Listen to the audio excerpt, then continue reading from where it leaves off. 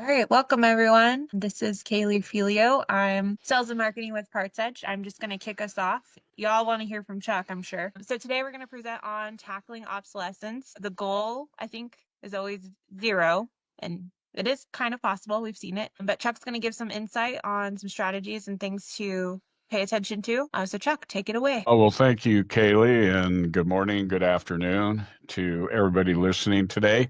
Thanks for joining us. Quite a few people joined. We have about 83 people, so it shows you what a hot topic obsolescence is. It's, probably the number one thing that everybody talks about when you think about your parts inventory, how to control it, how to effectively make it zero. As a consultant, typically I'm asked that question is, what's a good percentage rate or a good percentage of obsolete inventory? And I always, yes, Kaylee. David's having an issue. I just don't know if it's only David. I want to make sure everyone can hear us because he's saying he can't hear us. Okay, Kenny can hear. So this might be a David. David, you might have a, yeah. So everyone. Okay, everybody's coming through. I can hear you. We can hear you. That's great. Okay. Good.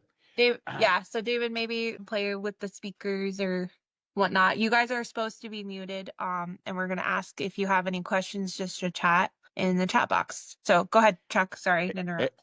Yeah, one person already came back. Kenny, yes. You will get a link and be able to download this. So, once you listen to this, if you really want to listen to it again, sure. So anyway, tackling obsolescence, what we're going to deal with today, I've talked about this subject for 25 years, but it's ever evolving for certain reasons. And I'm going to tackle the three primary reasons that really cause obsolescence this day and age. One of the things about this that we really want to look at is exploring opportunities on how to optimize your DMS and effectively manage the inventory and to help minimize risks. We kind of, if we had a mission statement or a mantra here at PartsEdge, it's basically parts inventory management. We even have it on our wall here. It's not a perfect, it's not a perfect science. Maximize the good, minimize the bad. And that's exactly what we're talking about. One of the focuses today is to help all of you understand it a little more effectively so that you can go from a reactive standpoint to a proactive standpoint.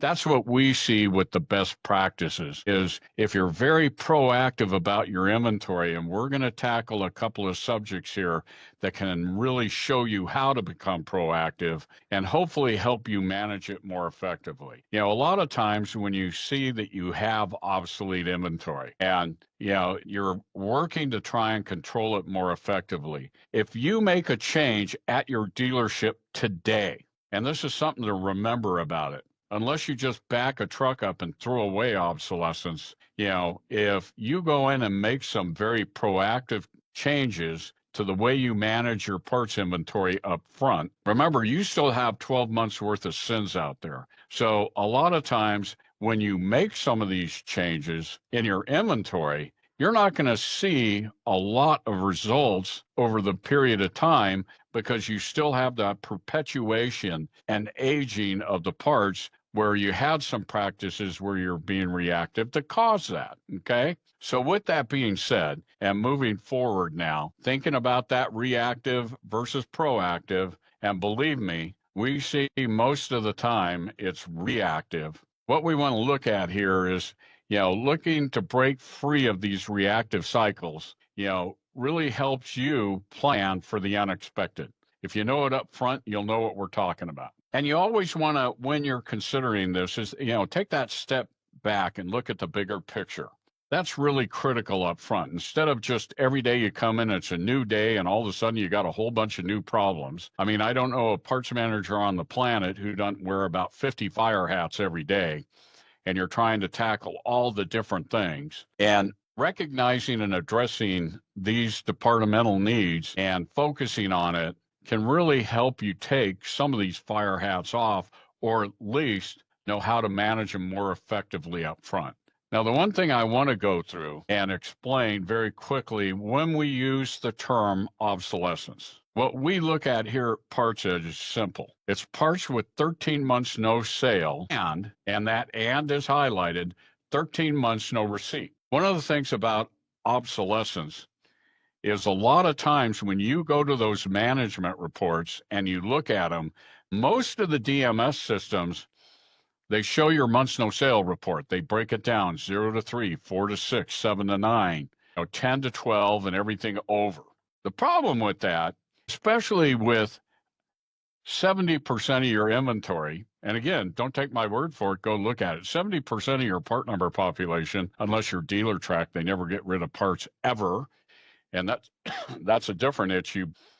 You'll typically find about 70% of your part number population has no on hand, and it's just waiting for more demand. It was added at the parts department level. Every day, your parts people are adding parts. Some of them get ordered, some of them don't. But the problem is, and this is the weakness with the months no sale report, is if you have a part that has been sitting on your system without any demand for 10 months, and finally you get a demand.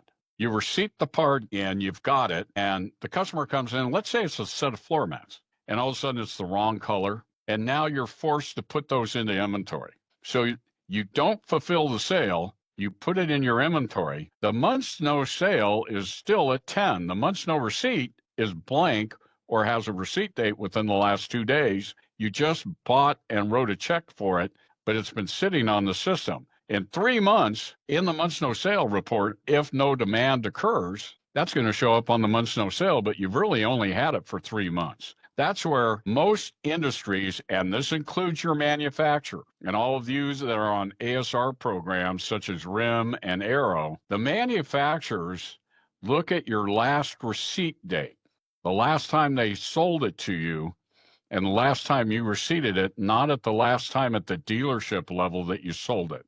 So these two need, and I've spoke about this for 25 years. If I only had one way to really manage an inventory and look at aging, and you can even go out and Google obsolescence and look at the retail industry, what you're going to find out, most of them are saying they age everything based on the last time they receipted a part. In other words, they wrote a check for it. A lot of times there ends up being some conflict as well because the dealers looking at a return on investment, they're always looking at the last time they paid for a part or it was purchased, not so much in the months no sale. And that's a shift that I wish we could see in the industry, is that they would manage the inventory based on receipts and sales combined.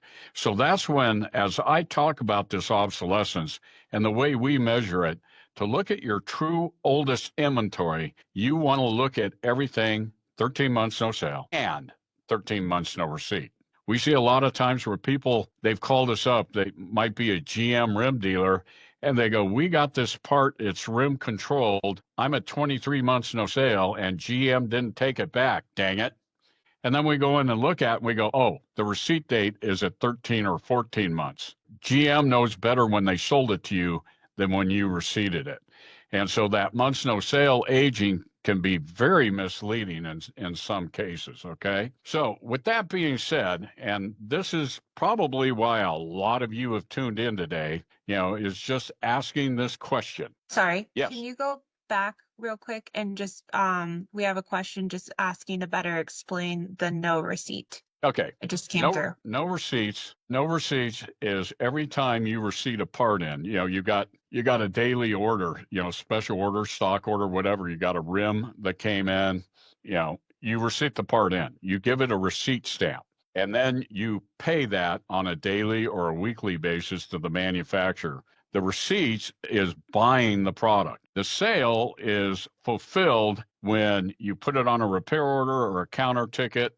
That fulfills the sale. A lot of times you get parts in that are receipting. Let's say you go out and you clean out your special orders because you've had customers who haven't come in the last 30 days, or parts are ordered wrong, or you get returns, and you go in and do a credit.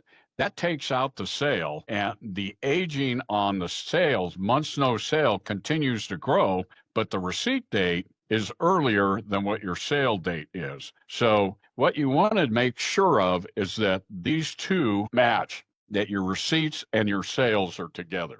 Quite personally, just to explain it a little differently, just like I mentioned about most retail industries measure their obsolete inventory by the last time they receipted or bought a product. That's what I would like to look at more. But one of the things, since the industry has had the months no sale report, and if you're CDK, they're the only people where you can actually go out and look at your inventory management report, and they have that months no sale report. That's typically what most parts managers and dealers look at. But right underneath it, they say, now here's our inventory by receipts. They're the only DMS that has it, but they still don't interlink it.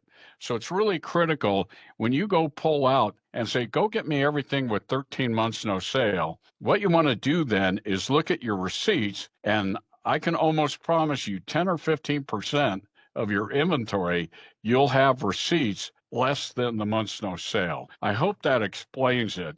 But most dealers look at their inventory, and when you go to a 20 group and they got their composites, they're measuring it by the investment or based on receipts, whereas most parts managers have been taught to manage it because these are the management reports that haven't changed in 30 years on these DMS systems. Most parts managers continue to look at just months no sale. And every time we come out with a report to our clients, they go, wow, we show a lot more obsolescence. We show 10% more obsolescence than what you do. And that's because we do factor in the receipts, which always brings it down somewhat.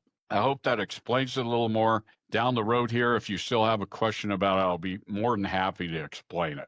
Okay, I got so another question. yeah. And then I think we'll keep going, but just why 13 plus months opposed to 12 plus? I think it kind of means the same. Well, at 12 plus, 13 plus, you hear that. And to me, it's anything over 12 months. It's 13 plus. If you want to start it a little more proactively, and I've got a great slide that's going to cover that as we get down here. I'm going to show you guys a way. If you want to look at some of your obsolescence earlier than 13 months, I would highly recommend that. And I'm going to give you a way to measure what you got coming at you as well. A very easy way to do that. So we will cover that here in about 10, 15 minutes. Thank you. Yeah. So why is obsolescence trending upwards industry-wide? And we've certainly seen this. Most of you are probably listening because you're just, trying to control this. It's just, what is causing or going on in our industry that is causing this? I'm going to give you some very obvious things. I'm probably preaching to the choir, but maybe it'll give you an idea of why you want to be so proactive instead of reactive when it comes to this. And here are the three main things we'll cover today. Number one, return allowance has basically dried up or disappeared or been significantly reduced, due in part to being on an ASR program. I don't think I have to, if this is new to you, you might be a little naive, the manufacturer's controlling my inventory. That's very naive. The manufacturer, these ASR programs, ASR being automatic stock replenishment, RIM, Arrow, PartsEye, ASR 2.0 with Nissan, these programs, and believe me, and I think most of you know this, you just didn't know how to put it in words maybe, who knows? They were designed and meant to help the manufacturer, period. It helps them to control their supply chain and the velocity within their supply chain. And as you all look at it, you'll see most of the things they guarantee are the things that sell, okay? And now that they do that, you don't earn any return allowance on everything that's guaranteed.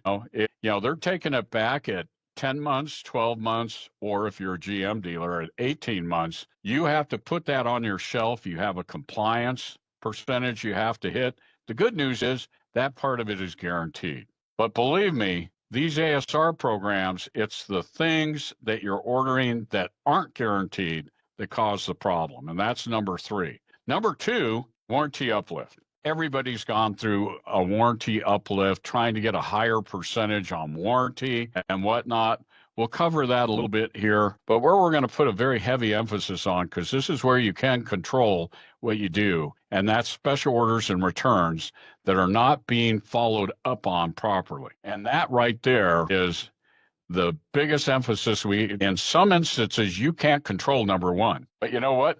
You can control number three. And so in that focus, we've had a lot of times where we've had a dealer or a general manager call us up and they look at we break out the inventory into two different sections. What's guaranteed, what's not guaranteed. And they look at that guaranteed value and they go, let's not order as much on the guarantee to try and control it. Well, they don't understand, and we'll show you on a slide, they don't understand that you have to be, in some instances with some of these manufacturers, 93% compliant. In other words, you have to take 93 out of 100 part numbers that they recommend, or you lose incentives. With GM, it's 85%, basically, unless you're a large wholesale dealer. I believe with Chrysler, it's 90, and Ford now is at 93. So when you think about that, and, dealers, they don't understand that the parts manager has to take some of these parts to meet compliance and incentive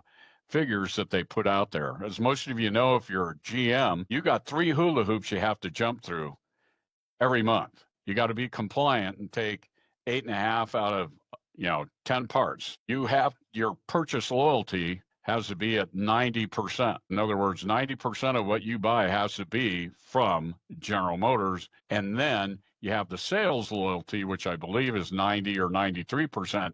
Everything sold on a GM serial number has to be a GM part number. If you miss one of those 3 hula hoops, you lose all incentives and base compliance. So it just goes to show you that the manufacturer is forcing and driving you into their inventory. Number 3, special orders and returns are not being followed up properly. Once again, this is going to be the thing that you can control. So one of the questions we get over and over and over again here is, why do I still have obsolescence even though I'm on a manufacturer automatic stock replenishment program, aka RIM, Arrow, whatever? Okay, well, it's really simple. Manufacturer programs guarantee the returnability of suggested parts. On the surface, this seems like a good deal, and it'd be good for business. But in reality, are they really? When I did a seminar in Connecticut several years back, and I sat in the room with the dealers, and we had a conversation going about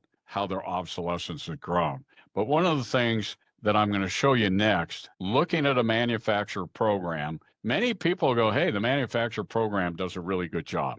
And if you were to actually ask me a question, which one of these programs seems to do the best? Between RIM and Arrow and whatnot, PartsEye seems to do a pretty decent job, but we've learned with PartsEye, depending on the manufacturer, they can control it and force things into your inventory more, where when we look at PartsEye and how they work as a Subaru, it's amazing how much different PartsEye is with Subaru versus Hyundai. And if some of you listening are on there, PartsEye is not created equally. It's all controlled by the manufacturer through PartsEye as a third-party vendor. But what I'm getting at here, and this is where I want to bring this up, this next slide. Some of these programs, as I mentioned, can be mandatory or come with that compliance or objective. A few manufacturers have been known to overstock dealerships. We work with over 300 dealerships every day, and we certainly see this, depending on the manufacturers, and I'm not going to pick on any of them. Even if a part is returnable, why stock it in the first place if there's not sufficient demand? I've always kind of joked about several of the manufacturers that they have a Ouija board. They're looking at regional, national demand, whatever. But, I had a conversation with a dealer group yesterday, and I was listening to them talk about lost sales. Well, just about every GM and Chrysler parts manager I know, they have quit posting lost sales, only for the simple fact that if they post a lost sale, the manufacturer picks that up. You can post a lost sale on one fender, and the next day it comes up for, hey, you have to take 8.5 out of 10 of these parts just by posting a lost sale. So a lot of these parts managers have learned, don't post lost sales because it overstocks me on stuff. Now, to bring that up, I took a snapshot here of just one GM dealer. And what I looked at is their total, this is RIM protected inventory, $247,262 in inventory that is guaranteed. And for the purposes of what we look at, when we look at for stock or unfulfilled demand, which I'm going to cover here shortly. These are parts that would have never met a traditional phase-in criteria. Phase-in criteria saying 3 and X, 3 and 12, 3 and 9, 3 and 10, whatever. Most phase-in criterias, you have to have 3 months demand and X amount of months. So what we look at is if a part has a year sale of 2, 1, or less, we consider it forced or very marginal or insufficient demand. And you can see here with this store, 88,000 of the 247, not on top of, but 88,000 of their 247,000 in guaranteed inventory, almost 36% of this inventory has marginal demand. Now, as you read at the bottom, every one of these parts is guaranteed. That's the good news. That 88,000 is guaranteed. But here's the problem. That 88,000 being forced, and more than likely, it's going to hit that window of 12 months or 18 months, depending on what manufacturer. You have holding costs that you're bearing that takes up shelf space and ties up valuable capital. So the good news is, on the surface, it looks great, but some of these manufacturers have basically turned your parts operation into mini warehouses. The good news is you're bearing the holding costs you're keeping on their shelf. They take a percentage of that back if it doesn't sell in X amount of months, but it was on your shelf for 12 months or 18 months, not theirs in the warehouse. So think about that when you put that hat on, and this is just a reality. I'm not picking on them. I'm just trying to point out investment reality. So with that, I got one question here. Dennis brought up, Toyota makes it pretty easy to return parts. It usually depends on your physical limits. If you can afford to hold on to it longer, then it's okay. We work with a lot of Toyota dealers now. We have some dealers in the Northwest, and some of you might be listening. You're right. With Toyota, there is no ASR program. And with Toyota, if the value of a part, and wouldn't all of us listening today love to have this type of manufacturer, Toyota gives you 2 windows. If a part is over $8 in value and it hits 10 months or older, you get to return it.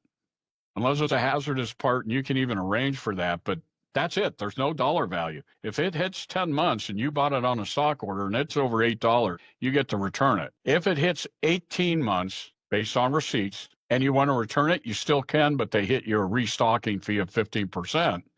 And they have a program called TORA, and this is if you're TMC, not Gulf States or Southeast Toyota. They have different rules, but they have a TORA that if you special order it and the customer doesn't come in 60 days and it's over $8, you get to return that too. Don't you wish we all had that flexibility? We wouldn't be having the conversation I'm having right now with all of you if that was true. Okay, so understanding now, go look at your own inventory, and I'm going to show you how maybe you break out some sources to do this. But, go take a look at your guaranteed inventory and then simply go, hey, go show me everything with a year sale of 2 or less and see what percentage of your guaranteed inventory actually matches up to what we have here. Excuse me.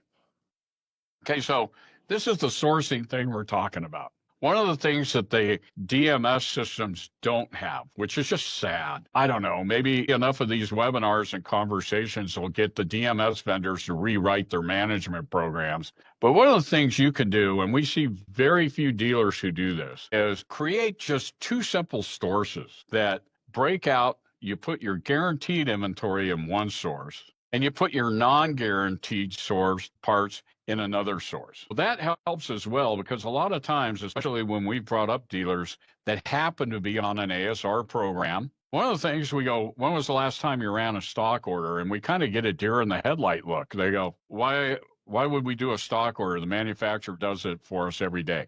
Well, the reality is you have parts on your shelf, and it may only be a handful, but you do have parts that you do sell that aren't guaranteed by the manufacturer.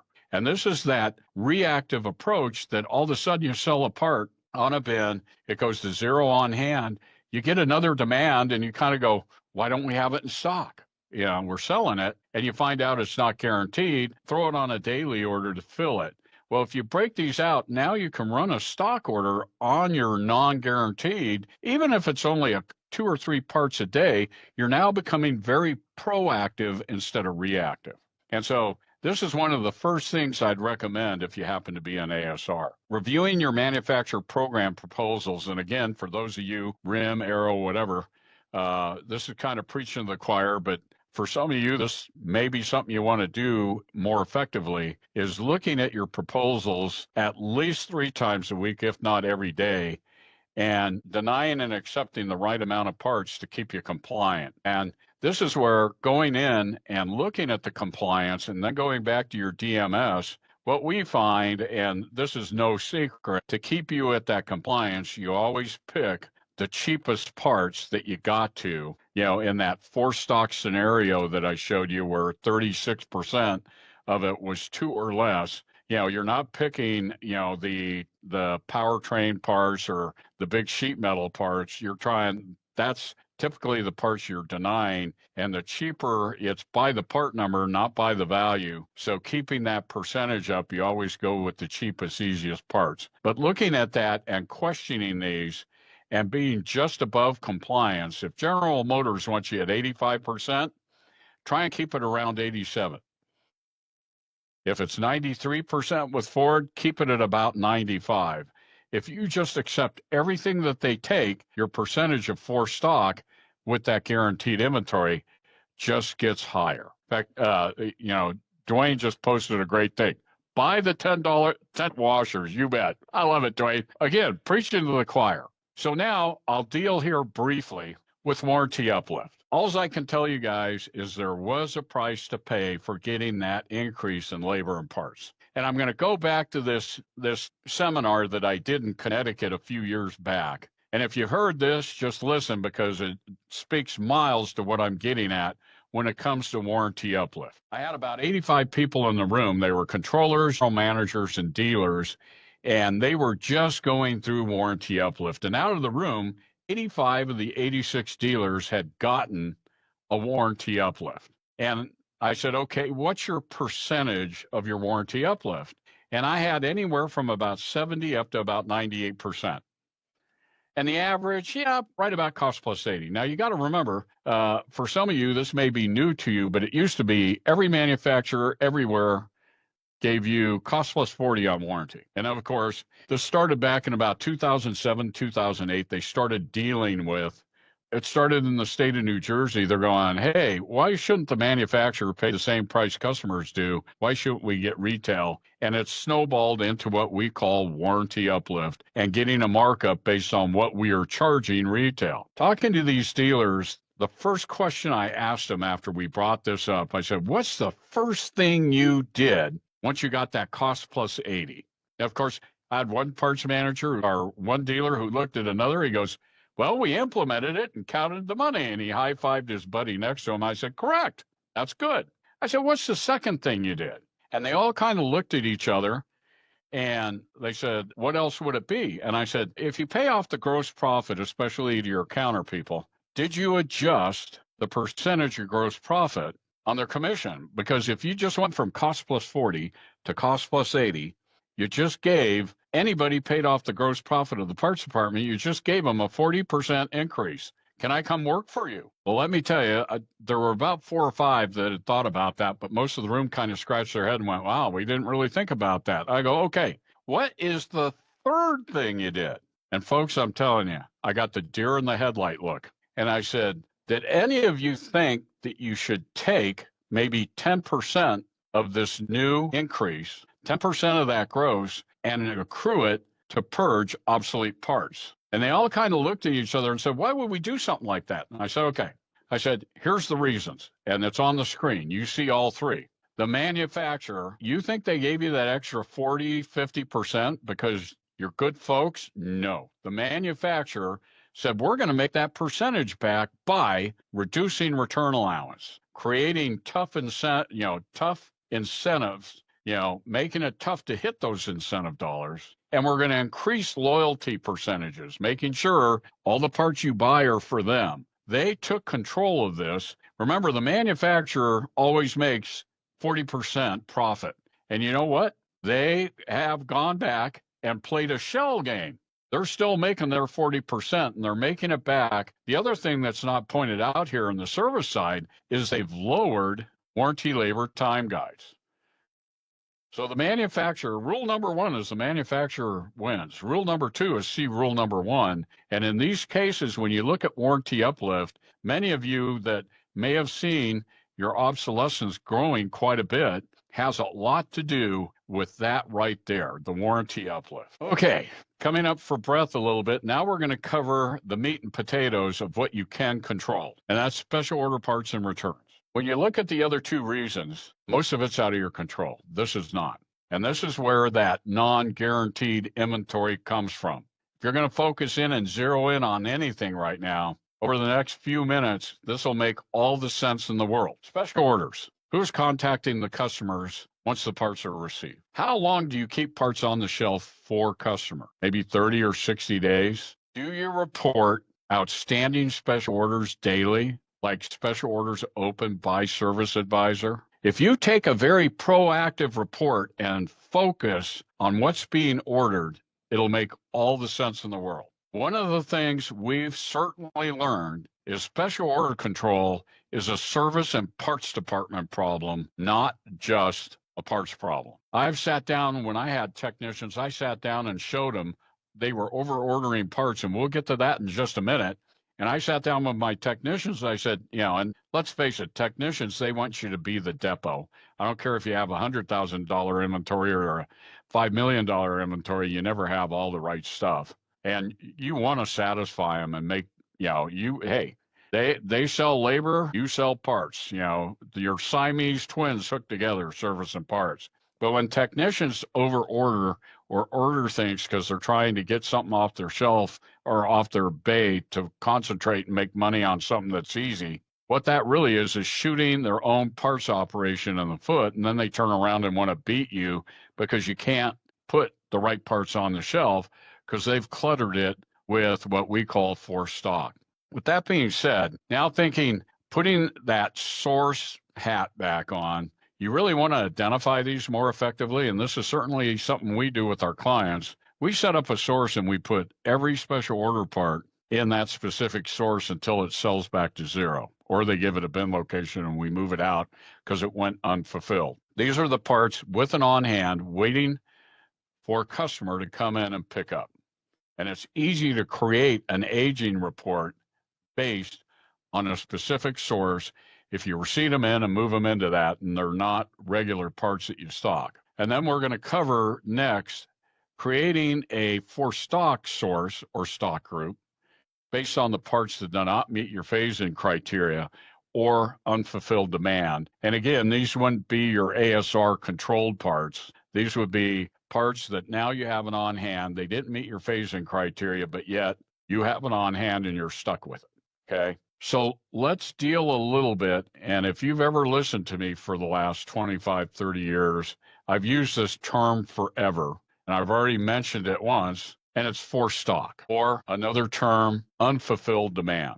What this means is these are parts in your inventory that neither qualified for stocking or met the phase-in criteria, or potentially, you had to accept these marginal parts on an ASR. So focusing in on for stock and unfulfilled demand, we're going to show you some things that should open your eyes a little bit and help you down that proactive approach. We did a study with American Honda back in 2005, 2006. I brought up this term for stock, and the manufacturer, they said, we kind of understand what you're talking about, but what causes for stock in a dealership parts operation? Here are the 6 main reasons that we got, and they're still true today. And as you read through these, I guarantee you, every one of you know what happens at your store on a daily basis. This is where understanding this helps you to take a better proactive report or approach and control it more effectively. When we did this study, the number one issue by far was over-ordering by technicians to solve customer issues in the shop, mainly under warranty conditions. That shouldn't come as a shocker to any of you. You know exactly what I'm talking about. They order a module, a harness, and a sensor. The 3 parts come in. The good news is the sensor solved the problem. The bad news is they hand the module and the harness back to you, literally that becomes instant for stock. And you hope and pray that you're able to sell some of these parts. Number two, return from wholesale customers, especially body shops. You know, it was said by NADA, and I haven't heard this percentage in over 10 years, but that the average body shop, wholesale body shop, the average body shop returns 12% of everything they purchase from a dealer. And just think about this, as most of you, any of you, a large wholesale customer listening, they don't return the fenders, the fascias, and the hoods. They return all the other little crap that literally becomes obsolescence the minute you put it on your shelf. Tape stripes, moldies, brackets, all those kinds of things that are typically either color-coded or not used specifically, and the body shops return that to you. And if you're really big in wholesale, number two may supersede number one.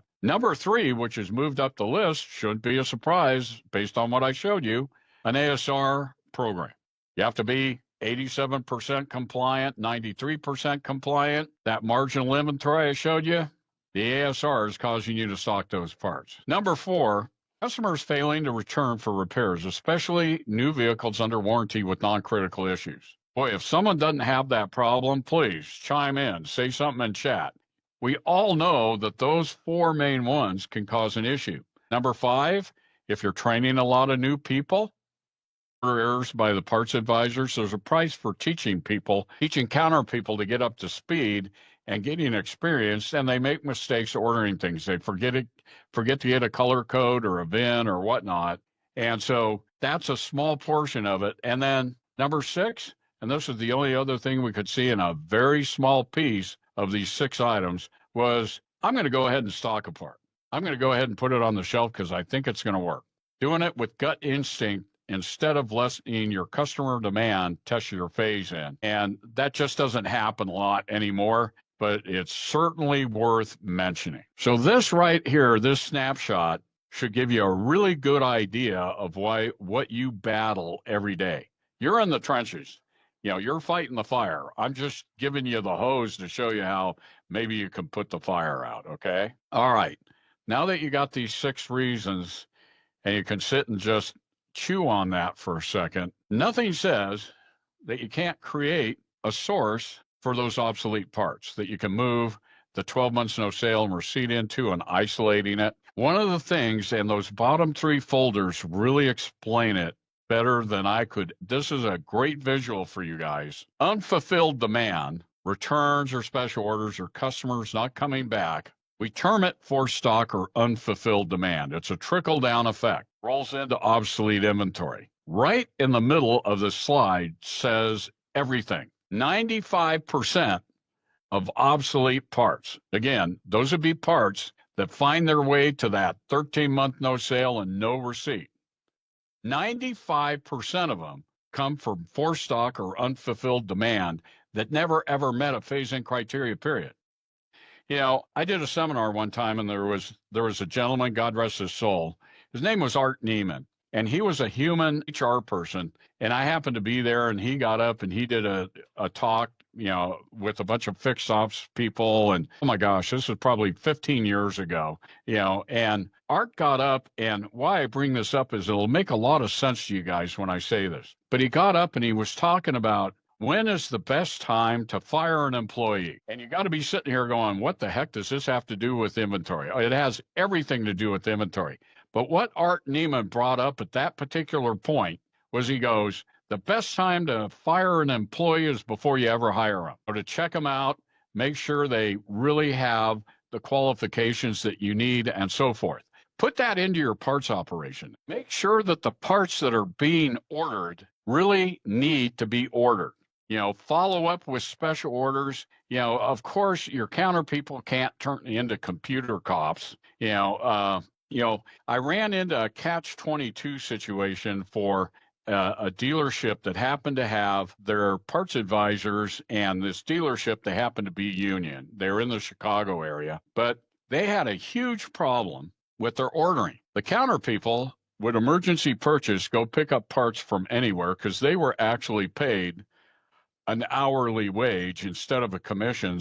They could care less if they went and emergency purchased a part, and this happened to be, a GM store, and they could never get compliant. But at the same point, they didn't really care if parts were in stock or not. They ordered it or emergency purchased it, and this poor dealer had no control. So the one thing that we finally did is we said, okay, don't allow them to write a purchase order. Get one person within the dealership that they control the purchase orders, they control the ordering, so that the counter people, so you now can become more effective. Even leaving this one person to order and the counter people now don't have that ability to control it, really helped the dealer, get back in compliance after about 3 months. And the counter people, they still made their $33 an hour, but the control went back in to the parts manager. So when you look at this and you think about that Art Neiman theory, all you have to think of, make sure as much as you can, what needs to be ordered is going to go out and get sold.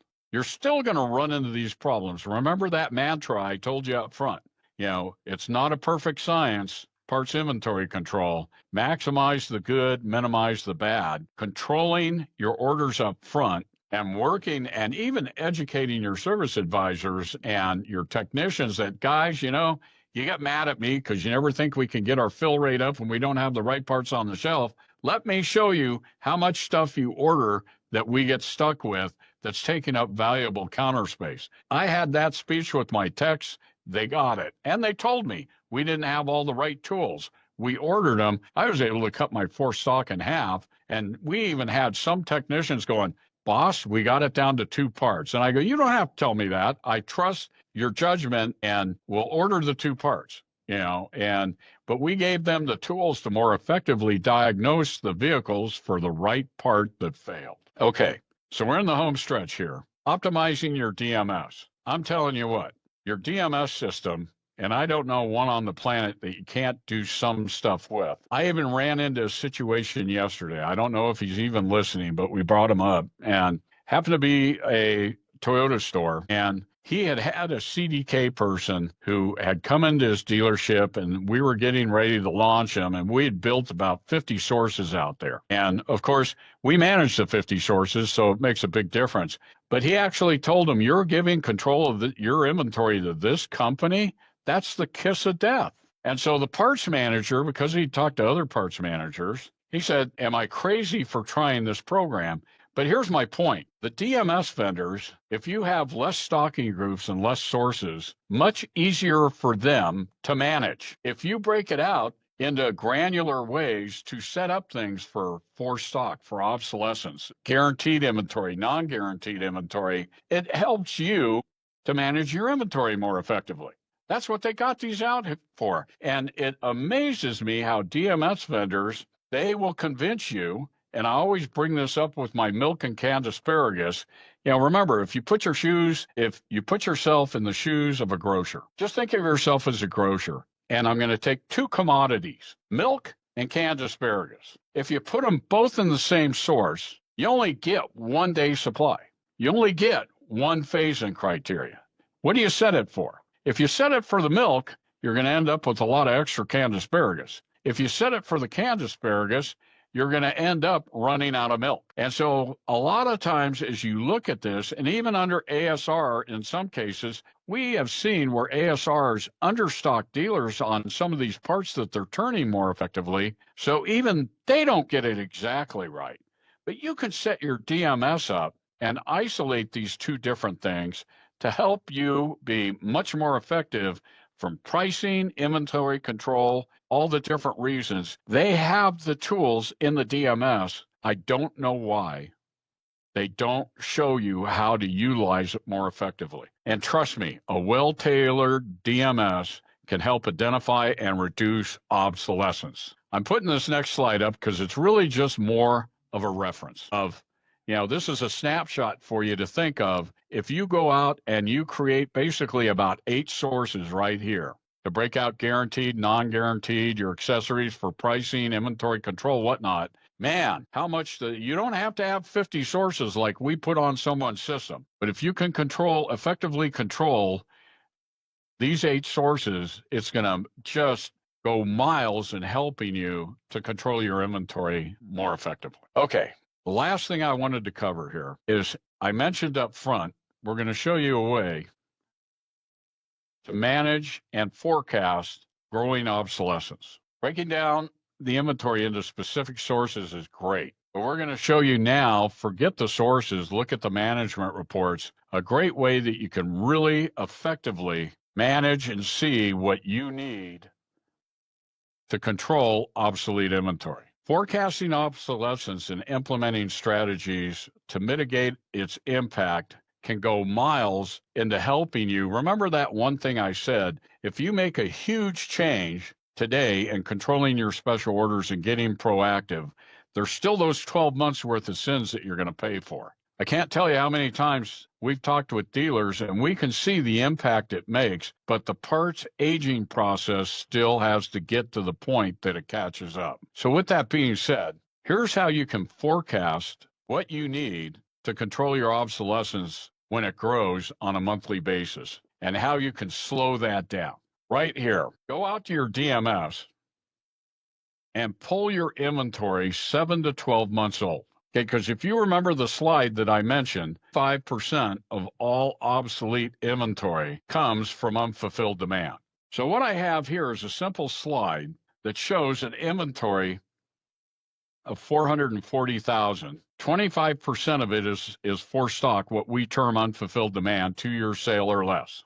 Out of that 110,500, 61,000 of it is in the 7 to 12 month aging range. Divide that technical obsolescence number, that TA 7 to 12 MNR, by 6, because you got 6 months, 7, 8, 9, 10, 11, 12. It just gives you a monthly average. This specific dealer needs either $10,000 in accrual or return allowance to maintain that's $6,273 in obsolescence. And as you can see, based on this specific dealer I took the snapshot of, 1.42% in obsolescence, that's a great number.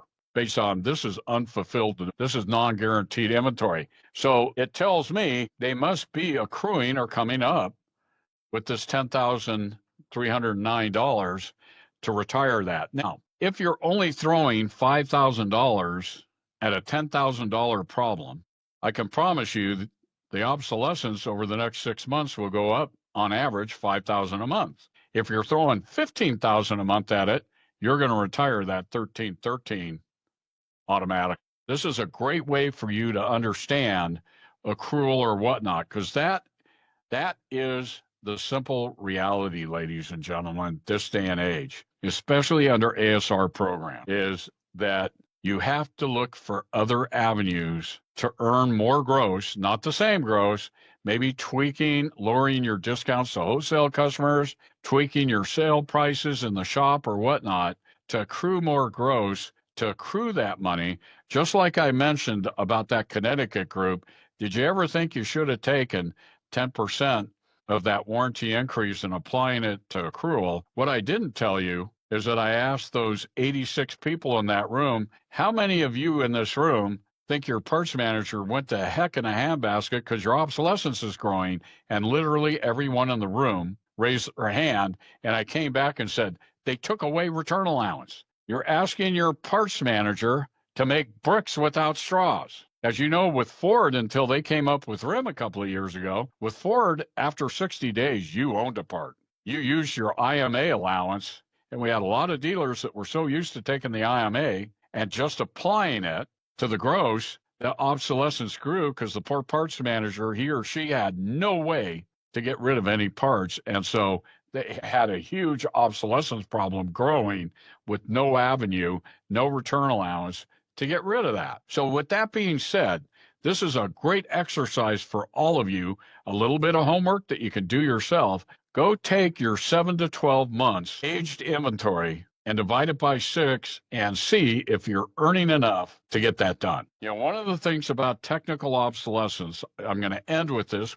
The first time I ever heard it from Mike Nichols. You know, Mike, when he mentioned this, it brought to our attention, why does he keep calling these aged parts 7 to 12 months technical? After we did a study on it, I totally got where he came up with this term. When we see a part that hits 7 months without demand, its chances of reselling, write this down, its chances of reselling if it hits a 7th month is 15%. Each month that the parts perpetuate and age and don't have demand to 8, 9, 10, 11, 12, the percentage dwindles until you get to 13 months, and then it's less than 2% you're going to ever sell it again. So starting and being proactive on your inactive inventory at 7 to 12 months is a great way for you to forecast and know how many times has a dealer gone and, you've got 30,000 on obsolescence, folks, and the dealer comes out and says, I'm going to throw this away. And what is the first thing that the dealer tells you after you purge that 30,000? The first thing they say is it better never, ever come back again. Well, before you throw that 30,000 away, look at this calculation and say, well, boss, we can throw it away. And the only way I can make sure it doesn't come back is I need this much money in accrual and a return allowance to keep it at zero. So anyway, I love to put a lot of focus in this area, being proactive early on this idle inventory to really help parts managers understand and combat it and be much more proactive. With that, it's quite simply, thank you very much. I'm right at an hour. I wanted to keep it an hour. If any of you have some questions that you want to ask, I'm going to hang out here for a couple of more minutes just in case. I hope this has helped you all understand a little more effectively where you can take that proactive approach to controlling your obsolescence. Thanks so much, everyone. Thank you, Chuck. I added this QR code in here. We haven't released this yet, so you guys are kind of getting this exclusive white paper. So please download it. Let us know what you think. It's got a lot of information, and I'm really excited because we haven't done anything like this before. Okay, Kaylee. Hey, Chuck, great job. Earlier, we had a question. Joanna is at a GM location. Wanted your thoughts on taking the 75% cash conversion versus doing a return. Why not? One of the things, since, hey, John, I'll get to your question in just a second. One of the things with General Motors that a lot of different manufacturers, there is one little caveat with General Motors that if you're not aware of, you certainly need to look into. And it's called the CSO 11. You have your CSO, which is 1.5% of your non-RIM purchases, a pittance of what you earn in return allowance. Cashing that out, nothing wrong with doing that if you can get 75 cents on the dollar. But, what I want to focus on more here is in that CSO 11 process with General Motors. Is if you purchase the part from General Motors and it's non-RIM, you can return that part for a 35% restocking fee.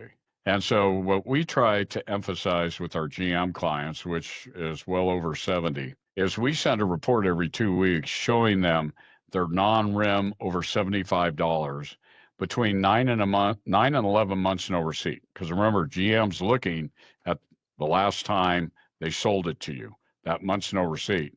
And we send that report to them. And now you can be proactive in that technical obsolescence area and return those parts and pay the 35%, because if it gets to 13 months, you own it and you need CSO or you're going to be purging it and throwing it away. So nothing says, and it's a great question, if you can get 75 cents on the dollar for your CSO, most people, it's not a lot of money, but now you can turn around, and we didn't even talk about parts brokers, but I'll bring this up since we're on the subject. But now you can turn around to Dealer Mind, OE Connection, and potentially try and sell those off at 50 cents on the dollar, which a lot of people do. And now there's a new player. And for many of you, you may not have even heard about this company. There's a new player out there now. It's called Fastlane, Fastlane. And we can certainly send you the contact information, or you can look it up. Fastlane, they will buy your obsolete inventory, or if they agree to buy it, what's really nice about that is they don't cherry pick it. Most of the time, they take the whole thing. You pull the parts off your shelf and put them in a pile, and these Fastlane folks show up, they put it in their own totes, and they take it away, and they give you 10 cents on the dollar. You're not paying freight fees or anything. They give you 10 cents on the dollar, and you don't have to box it up. You just put it in a pile, and they do it for you. So, those are some avenues if you're cashing out or you got inventory. Number one, trying sell it through a parts broker to get your biggest bang for the buck. Number two, once you've gone through 2 or 3 weeks and nobody's buying your obsolescence, now you got a decision to make where you contact these fast lane folks and try and get 10 cents on the dollar before you completely just throw it away. And I might preface this a little bit, and some of you may have seen these commercials. Fast lane is eBay. eBay has opened an automotive store, and the way they're supplying it is through obsolescence from other dealers. So, okay, so one quick question, John. Our definition of for stock, you're asking about that. Again, it's really simple. The way we measure it on reports, just like your management report, John, that we send to you. If the year's sale is less than 3, if it's 2, 1, or 0, we treat it as for stock. You may have a rim protected part out there, John, that you took it and it had one, Ford suggested it, you only had one demand, and you went ahead and approved it, or maybe 2. What we do is once that 3rd year sale is met, we automatically move it out of that. But that's what we do with for stock is for apples to apples comparison. It's quite simply, if the year sale is less than 3, we consider it for stock or unfulfilled demand. The minute it hits year sale 3 or greater, we move it out of there. But John, I hope that explains it a little bit for you. But the best way to say it is you got a bunch of parts that you never fulfilled the sale and you got stuck with it. That's the easiest way to term for stock, or I guess even an easier term is unfulfilled demand. Anybody else have any questions out there? Fire away. I love these questions. All right, what are we covering next month? I believe it's switching DMS providers. Oh. Yes, I'll put that in the fast lane info. DMS providers. Yeah. So it's not a topic, I believe. I mean, we talk about this a lot internally and, as our clients convert, but I don't think it's a webinar or a topic we've really covered. So yeah, next month, that's what we're going to be covering. Okay. Someone just said we did that to Techion. Yeah. What did you convert from, Daniel? And we'll cover that in the seminar next month, but went from Dealer Track to Techion. Okay. Yeah. I think what we should focus on, and would love some insight from people, but just kind of the things to think about before and while you're switching. I think we can cover some things that we've seen that doesn't happen, that should happen. All those good things. Switching from A to B, since you brought it up, Kaylee, this just kind of sets the table for next month. Switching from A to B, I don't care what you're going from or what you're going to, and maybe Daniel, since you put it out here, it is brain damage. One of the things that we learned over time is that these DMS vendors, the salespeople, once the decision is made to go from A to B, the salespeople tell the dealer to go take a 3-week trip in Europe, disappear.